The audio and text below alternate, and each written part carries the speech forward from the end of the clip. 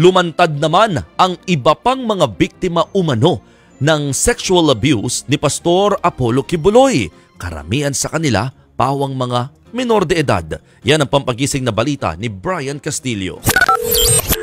Sunod ng pag-aresto kay Apollo Kibuloy, nadagdagan ng mga dumulog sa mga pulis at isinumbong ang umano'y naranasan nilang pang-abuso mula sa pastor. Ilan sa kanila, mga menor de edad pa. May mga lumapit po sa PNP na nagsabi po na sila ay nabiktima rin po ni Pastor Kibuloy. We are now in the process of coordinating with the SWDs because accordingly, some of the parents of those abused children were the ones who approached our police officer there. Hindi na dinetalye ng Philippine National Police sa mga reklamo, pero 12 anyos ang pinakabata sa mga biktima.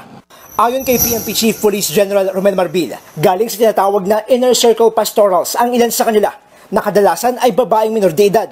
Inilahad umano ng mga biktima ang kanilang naging karanasan na nagpapakita raw ng nakababahalang pagmamanipula at pang-aabuso ni Kibuloy. Dagdag pa ni Marbil, simula pa lang ito ng pangangalap nila ng mga ebidensya para masigurong matibay ang mga kaso laban sa pastor.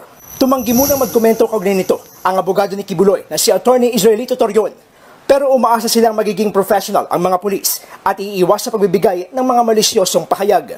Nanindigan naman si Marbil na walang nilabag na batas o karapatang pantawang PNP sa ginawa nilang pagtugis kay Kibuloy. Handa raw nilang harapin ni DILG Secretary Benner Abalos ang reklamong malicious mischief na sinampas sa kanila ni dating Pangulong Rodrigo Duterte. Lahat po ng ginawa namin sa PNP within the bounds of the law. Hindi po kami above the law yung ginagawa namin.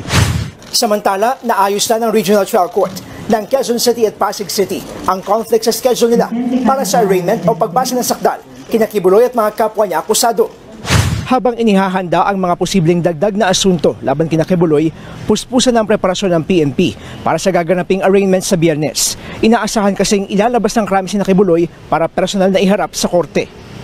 Mauunang basahan ng sakdal sina Kibuloy, 8:30 ng umaga para sa non-bailable na kasong qualified human trafficking sa Pasig RTC. Ipinag-utos ng korte na kailangang personal silang humarap doon. Pero dahil sa issue ng seguridad, pinag-uusapan ngayon ng PNP at ng legal counsel ng mga akusado kung gagawin na lang ito online. Alauna ng hapon naman, haharap sa arraignment sa QCRTC sina Kibuloy para sa kasong sexual at child abuse pero sa pamamagitan ng video conferencing. Bukod sa korte, inaayos na rin ng Senado ang pagharap ni Kibuloy sa kanilang pagdinig. Susulat na ako sa nauukol na korte para masigurong andito rin siya bilang pagsunod din sa standing warrant ng Senado para sa kanya.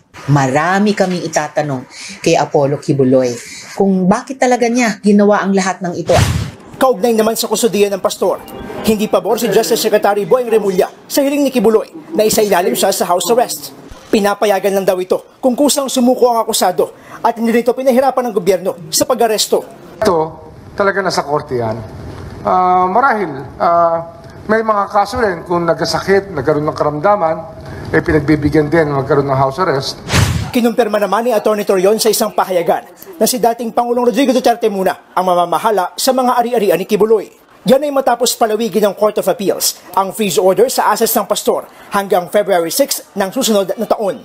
Nagbabalita mula sa Frontline, Brian Castillo, News 5.